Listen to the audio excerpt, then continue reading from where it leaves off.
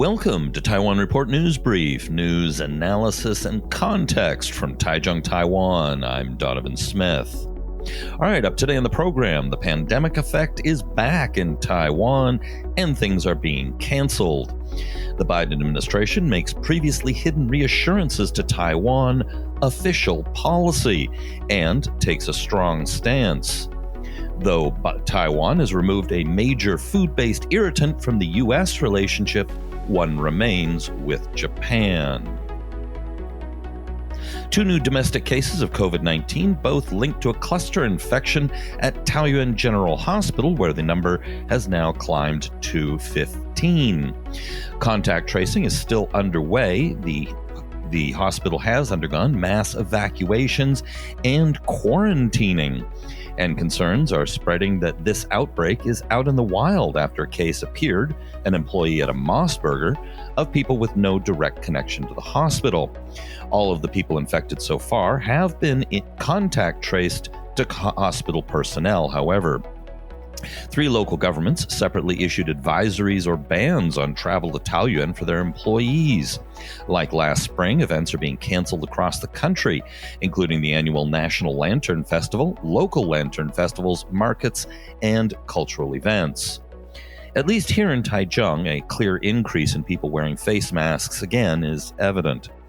That we have finally had a new cluster outbreak was almost inevitable, as there were hundreds of hospital personnel in contact with patients who'd brought the coronavirus back with them from overseas, and the virus is highly contagious. Worse, about 40,000 Taiwanese are expected to arrive in the nation in the 3 weeks before the Lunar New Year holiday, so we can expect a significant uptick in the number of imported cases and the number of frontline health workers at risk. That being said, clusters were contained last year at a time when the government had less experience than they do now, so it is highly likely they will keep it under control. Being of such importance to Taiwan, I've been watching the new Biden administration's moves very, very carefully. Over the weekend, the People's Republic sent 27 aircraft into Taiwan's air identification zone. While they've been sending flights nearly every day for a while now, as far as I can recall, they've never sent more than 3 in a single day.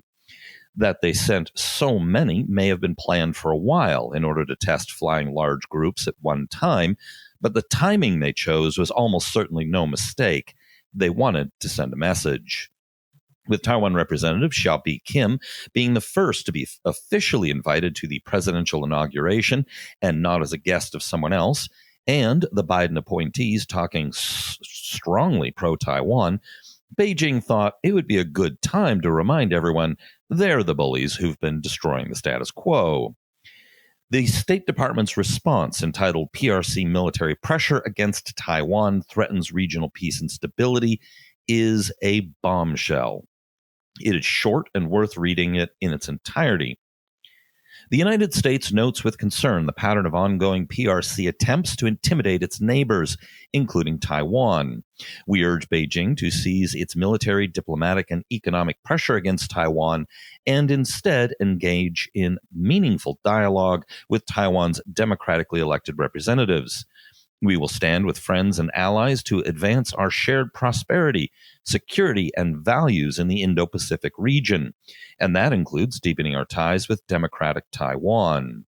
The United States will continue to support a peaceful resolution of cross-strait issues consistent with the wishes and best interests of the people on Taiwan. The United States maintains its long-standing commitments as outlined in the 3 communiques, the Taiwan's Relations Act, and the 6 assurances. We will continue to assist Taiwan in maintaining a sufficient self-defense capability. Our commitment to Taiwan is rock solid and contributes to the maintenance of peace and stability across the Taiwan Strait and within the region. Now, the wording of this statement is strong and not designed to appease the Chinese Communist Party leadership, like was traditionally the case.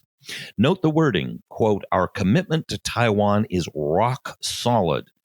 That's pretty unambiguous, but that's not the bombshell line. That is, Quote, the United States maintains its long-standing commitments as outlined in the 3 communiques, the Taiwan Relations Act, and the 6 assurances. 2 things jump out here.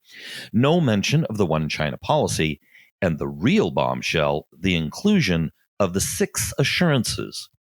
That's huge.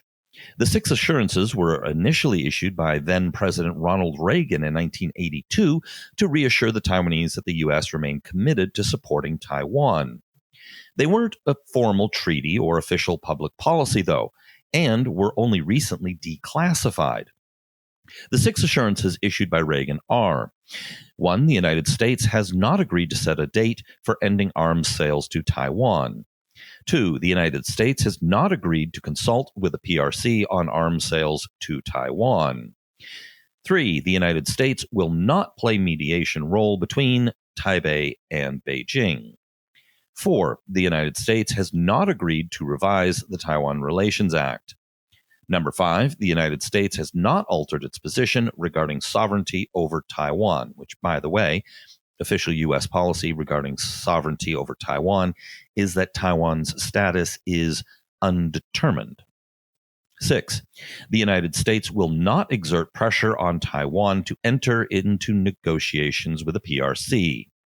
Now, what's huge is that with this public statement by the State Department, those 6 assurances are now formal policy and listed right up there with the Taiwan Relations Act. Even Pompeo didn't do that.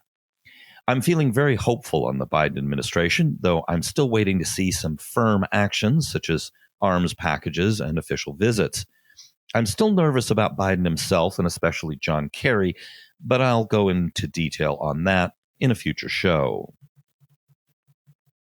Taiwanese legislators have formed a cross-party group that will promote Taiwan-Japan exchanges. Legislative Speaker Yo Shi-kwon, who serves as head of the group, said they look forward to visits by members of the Japanese Diet and Cabinet to strengthen the friendship between Taiwan and Japan.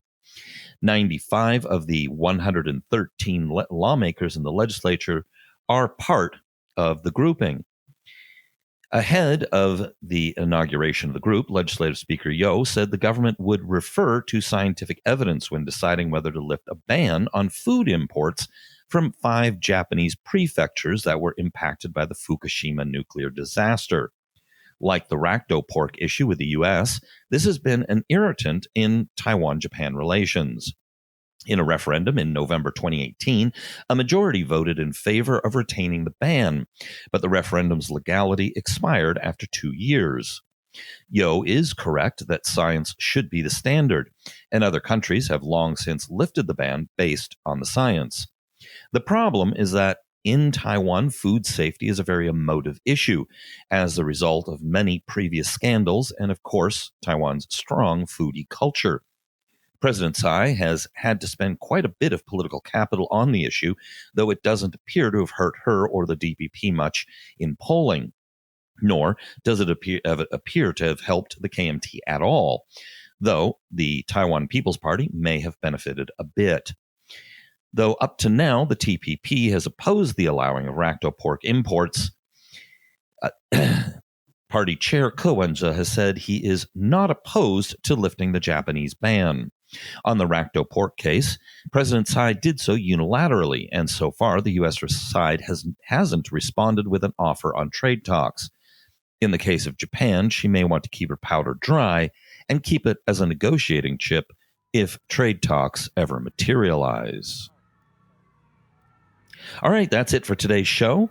Be sure to hit like and subscribe and all that good stuff. And if you can possibly afford it, we'd really appreciate if you become a patron of ours on Patreon. This has been brought to you by the Taiwan Report. For more content like this, become our patron at report.tw. 哎呦，就是那个台湾狗啦，最喜欢我的台湾狗了。